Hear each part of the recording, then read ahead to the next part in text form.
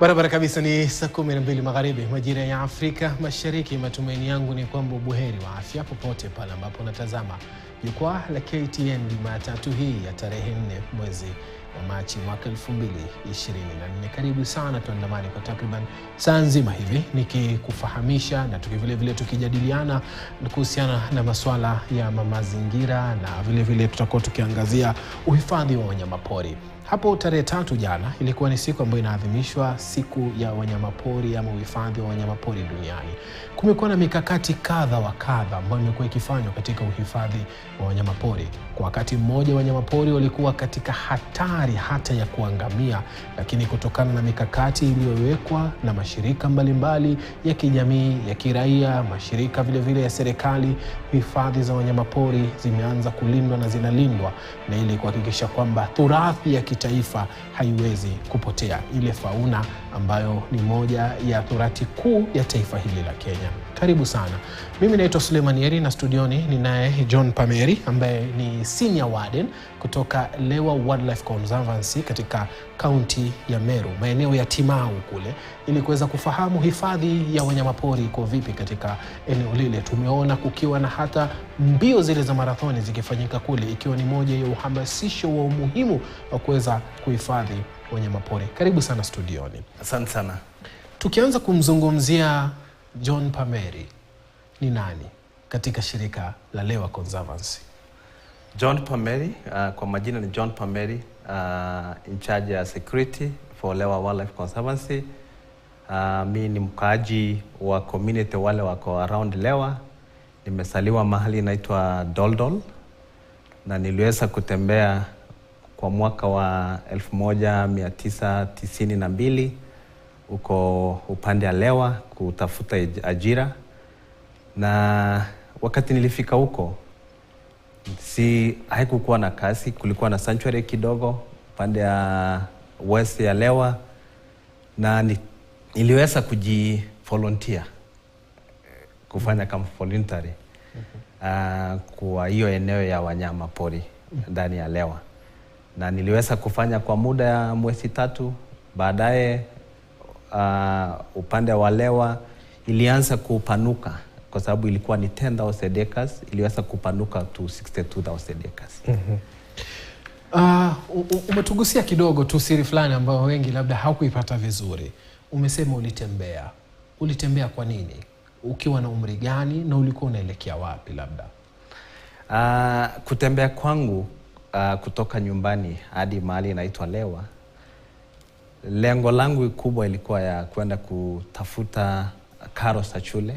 Baada ya kumaliza class 8 niliweza kupita, lakini wasasi hawakuwa na uwezo ya kusukuma mimi kwenda kwa secondary, na niliitwa kwa secondary 4, so nilipita mzuri.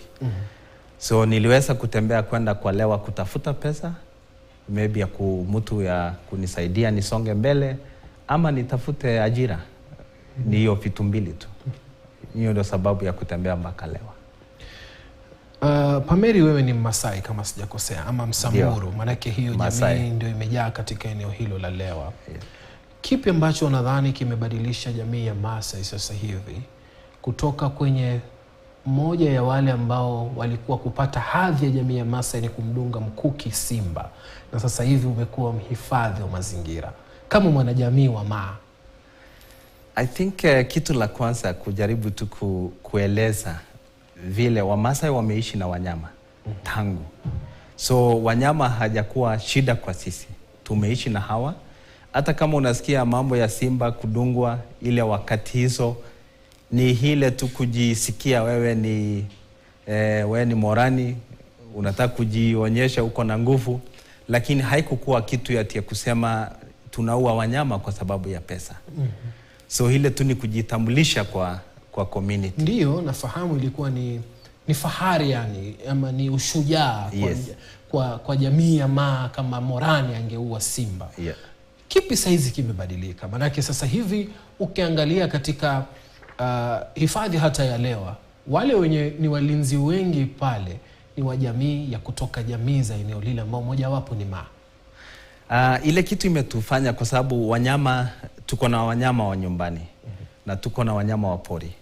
Na wanyama wa pori na wanyama wa nyumbani hakuna umbali sana ukiangalia. So ile kitu inafanya sisi tuwe na hiyo feeling ya wanyama na kukuwa na karibu na wanyama, kushunga wanyama, kufurahia wanyama, ni ile tumegrow kwa ndani ya kishaka ama ndani ya pori, mahali wanyama wanatangamana pamoja na wanyama wa nyumbani. So Wamasai sio wageni kwa wanyama. So hiyo ndio kitu ya kwanza. Na hiyo ndio kitu ilifurahisha sisi. Baada hasa kukuja kujua wanyama iko na faida kwa mambo ya kuconserve. So kuliko kuinda ama kuua, iko watalii wanasa kuja, walipe pesa ya kuweza kushunga wale wanyama, kusaidia community. So hiyo ndio kitu imekuja tena kusaidisha mambo ya Wamasai kufurahia wale wanyama. Kwa sababu sisi ndio tumebaki nazo. So hiyo ndio kitu raha. Dunia mzima wanatambua ya kuwa kuna communities walibaki na wanyama na wameshunga wanyama. Na hiyo ni furaha kubwa sana kwa sisi. Na tunatumia hiyo sasa mambo ya wanyama kama ni kitu kubwa sana kwa sisi kushunga, kuhakikisha wanyama wamerudi kwa zile sehemu zilikuwa nazo zamani. Kwa sasa hivi kama senior warden, ni wanyama gani ambao wako chini yako wewe, ama ni rangers gani ambao wako chini yako wewe na wanalinda wanyama gani? So labda kukurudisha tu kidogo, vile nilikuja nilivolunteer, nimefanya kazi miaka 10 nikiwa kishaka, nikilala kishaka na hiyo wanyama. Nimekuwa na challenges na wanyama huko. Saa zingine unakuta simba ama ndovu inakucharge. Lakini kitu ya kwanza, vile hiyo eneo ya Lewa, vile tuliweza kushunga wanyama, tuko na rangers zaidi ya 100. Tuko na wanyama ile tunaitanga the big 5 iko ndani ya Lewa. Na ile mnyama kubwa sana, kifaru, Lewa ilianza kuweka kifaru pale 1983. Kiwa wanyama kidogo sana, zile zilimeoshwa baada ya poaching. Na ziliweza hiyo namba zikaongezeka hadi saa hii tuko na kifaru 244 katika Lewa peke yake. Katika Lewa peke yake. Lewa na Borana, kwa sababu Borana iko na upande ya west wetu na tumeweza kushikana pamoja na Borana kushunga hiyo wanyama. Ni kuunda eneo kubwa kwa kifaru. Hii pia ni hifadhi, ni conservancy hiyo Borana. Yes. Na iko kwa landscape. Sasa hiyo ni moja landscape. Na ile kitu tunaunda ni landscape ya hii kifaru. Kwa sababu kifaru inahitaji mahali kubwa sana ya kushunga. Na hiyo ndio challenge kubwa sana kwa hii Kenya. Kwa sababu zile vifaru zimebaki kwa Kenya, zimebaki vifaru 1005 nyeusi, na vifaru nyeupe zile zimetoka upande ya South Africa, Afrika Kusini. Hizo zimebaki vifaru 970 hapo. So hizo faro pale Lewa karibu tuko na sawa na hizo faro nyeupe na nyeusi. Na juzi tu mwezi wa kwanza tuliweza kuondoa faro 12 nyeusi kupeleka eneo ya Laikipia, mahali inaitwa Loisaba, na tukaweza kupeleka faro 4 nyeupe mahali ya community inaitwa Sera. Hiyo ndio community ya kwanza kuweka faro mingi kama community, eneo ya community. Wako na faro 21 nyeusi na faro 4 nyeupe. Na hiyo inalete community zote kujua umuhimu ya hii wanyama. So Lewa imeplay a big role kwa mambo ya kuhifadhi kifaru. Na hiyo ndio flagship yetu kama Lewa Wildlife Conservancy. Na tunajifunia hiyo. Mkiwa mko na vifaru hawa wote, na umezungumzia kifaru anahitaji eneo pana zaidi, square meter, ambapo ndo aweze kuzunguka na kuwa huru kufanya vile anavyotaka. Ni vipi ambavyo mnahakikisha pale katika Lewa kwamba faru yuko huru, hajafungiwa labda katika sehemu fulani tu, kwa sababu kuna mahali iza kuwa kama si kama kuku kwamba nitakufugia kwenye kibanda hivi uzunguke tu hapa na hapa. Anazunguka katika ekari zote hizo 62 ama ekari 6000 ulizosema. So vile tumefanya pale Lewa, tuko na hua inazunguka Lewa yote, na tuko na gaps mahali wanyama wengine wanasa toka except the rhinos. Hiyo faru haiwezi toka pale. Tuko na gap ya 30 meters na tumeweza kuweka ka ukuta kidogo tu kwa sababu rhinos iko na short legs. Hawezi fuka hiyo ukuta. So hiyo ndio sababu ya kuweza, lakini ndovu, hiyo wanyama wengine yote wanasa toka kwenda kwa sehemu zingine. Na sababu ya kuweka faru mahali moja, na hii sio peke yake Lewa, ni Kenya mzima. Mahali popote faru zote siko, zimekuwa protected areas within those areas. So hiyo ndio ile vitu tumefanya vitu chache, vile tumeeneza security wetu pale, vile tumeshikana na community wale wako nje ya ua ya Lewa kusaidia hawa. Tuko na programs mingi sana, tuna support mashule 27 pale nje ya Lewa, na hizo shule zote ni ya serikali, sio ya Lewa, lakini sisi tuna support in terms of kujenga mashule, kusaidia watoto wale wajiwezi kwa mambo ya bursaries, wasonge. Tuko na watoto 300 na kitu kupata bursaries through Lewa. Tuko na women enterprise ama women micro enterprise. Tuko na wakina mama 1800 wanapata soft loans. Hiyo soft loans ni pesa ina circulate ndani ya hiyo wakina mama.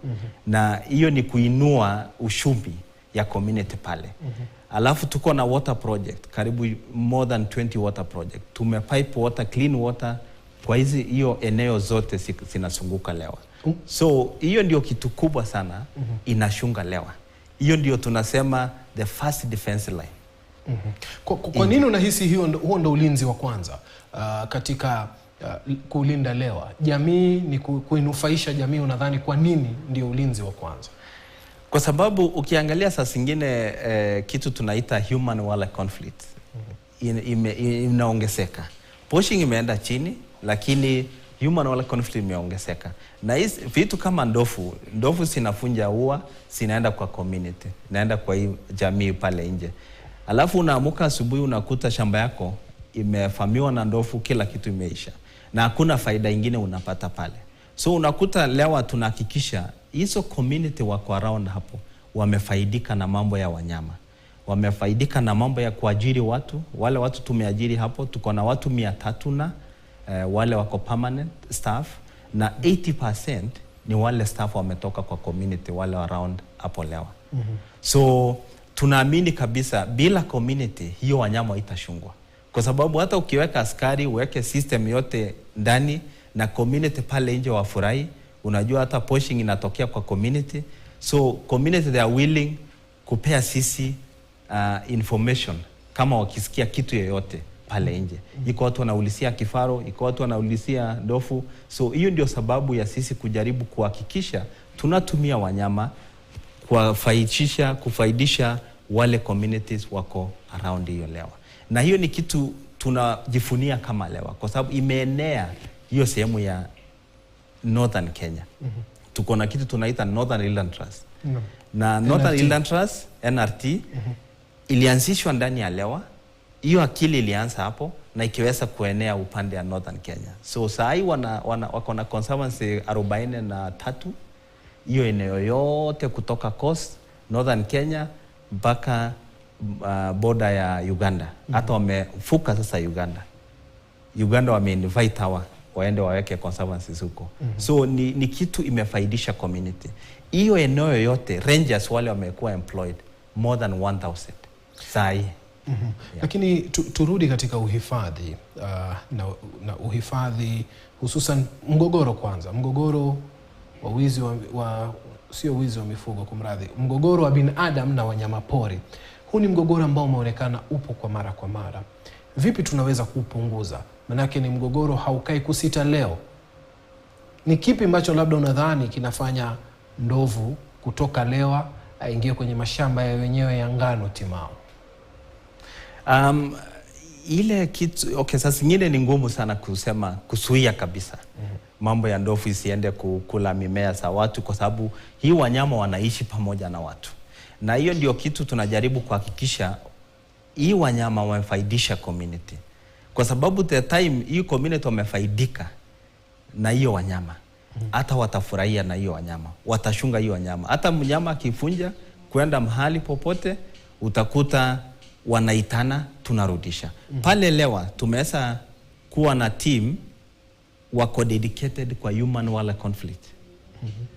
Hiyo ndio team wana respond. Kwa sababu the time team wametoka nje, wameenda kwa community kurudisha ndovu, kujaribu kuzuia baboons wasiende kwa community, hiyo community wanafurahia kwa sababu wanaona askari wako hapo na wamekuja kusaidia hawa. So hiyo ndio kitu tunaeneza, na mahali popote Kenya mzima iko na parks. Tunahitaji tushirikiane na community. Tunahitaji tuwe respond kwa hizo mambo ya mgogoro ya wanyama. Kwa hizo eneo ziko na wanyama. Kuna kitu kinaitwa One Life Corridor, ile njia ya wanyama pori. Unadhani binadamu wamehusika vipi kuiathiri na kusababisha kuongezeka kwa migogoro ya binadamu na wanyama pori? Kwa sababu ndovu wanaambiwa hasau njia yake hata kwa miaka 40 ijayo. Ni hasa sema hiyo ni kitu kingine kubwa sana changamoto, kwa sababu iko kitu mbili na sasema labda through government kama wanasa angalia. Population ya watu, population ya wanyama inaongezeka. Ardhi haiongezeki. So zile sehemu zote zilikuwa corridors. Sasa watu wamejaa kwa hizo area. Na bado ndovu wanafikiria bado iko njia hapo ya kupita kwenda eneo zingine. So hiyo ni kitu kuweza kuelimisha communities. Kwa sababu tuko na corridors hii inatoka ndani ya Lewa, through Ngarendare na inaingia Mount Kenya Forest.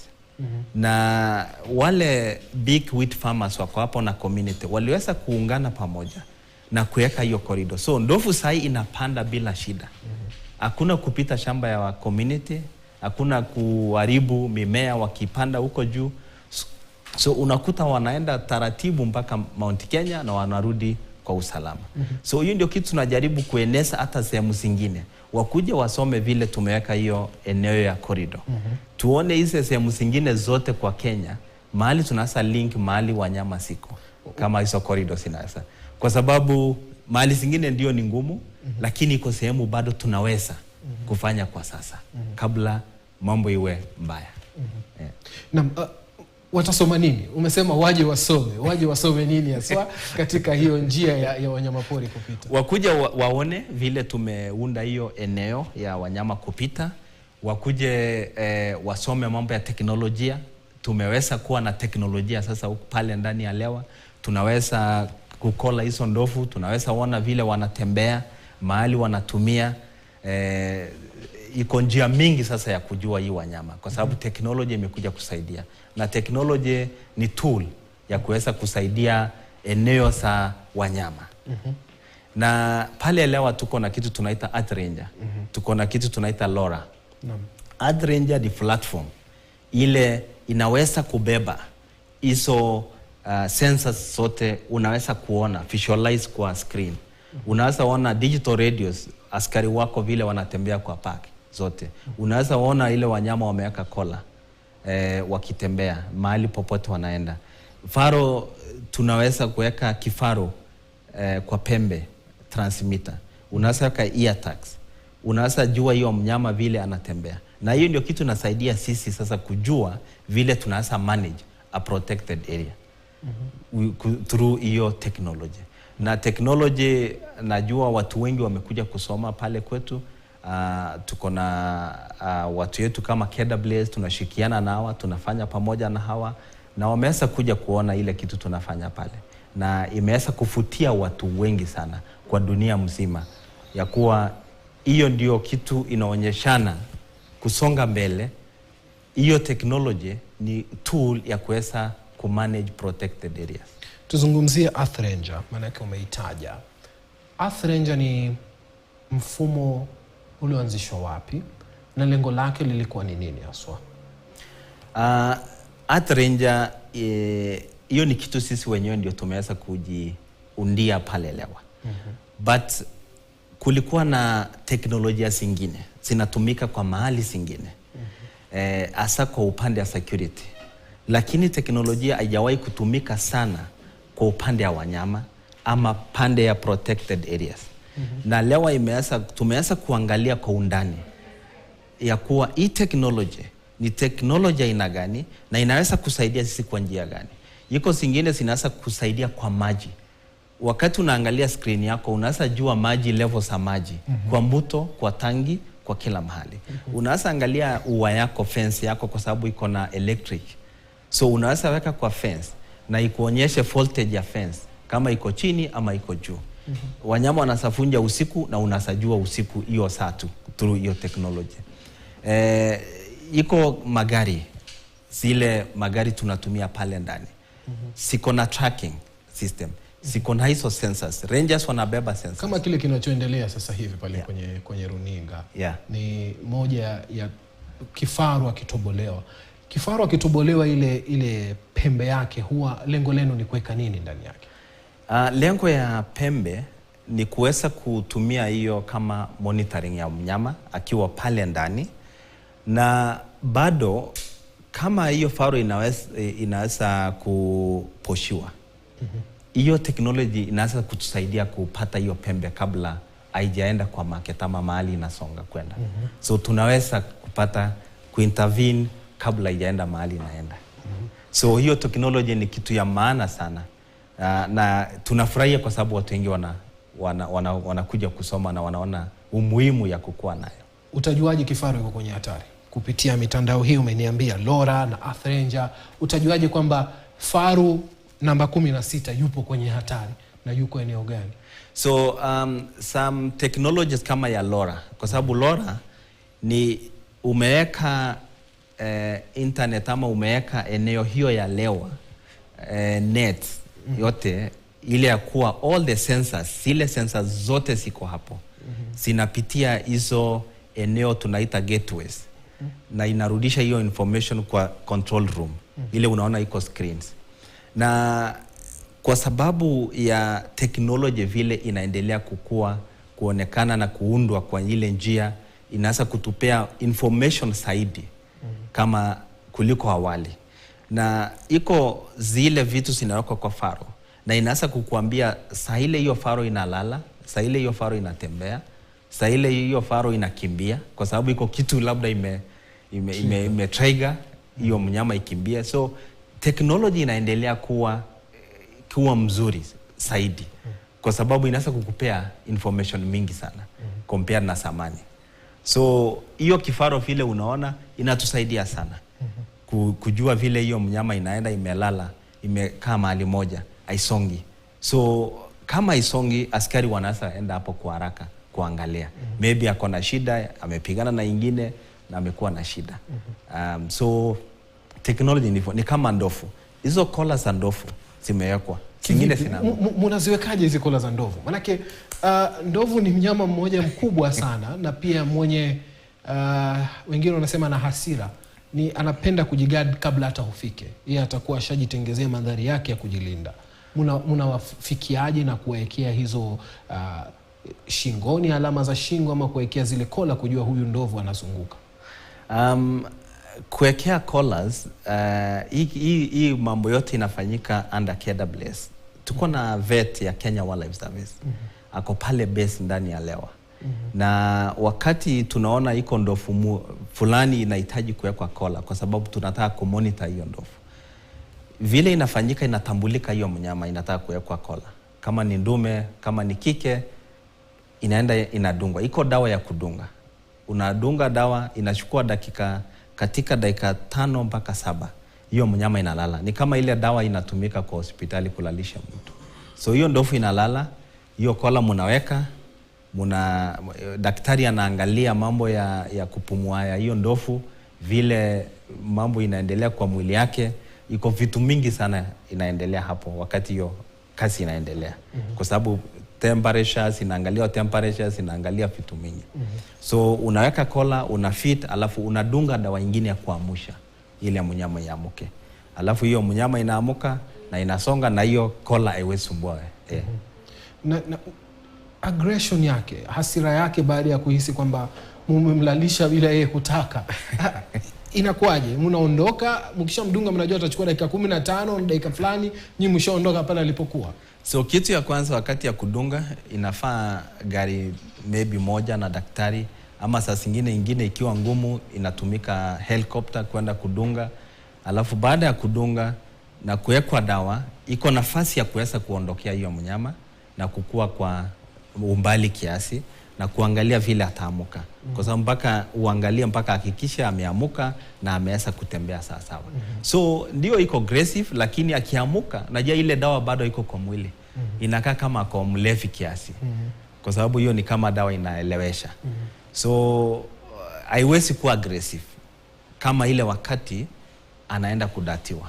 Hiyo ndio wakati labda baada ako sawa, ako alert, na ukidunga hapo ndio anaanza kucharge ama hapo ndio inasalete shida.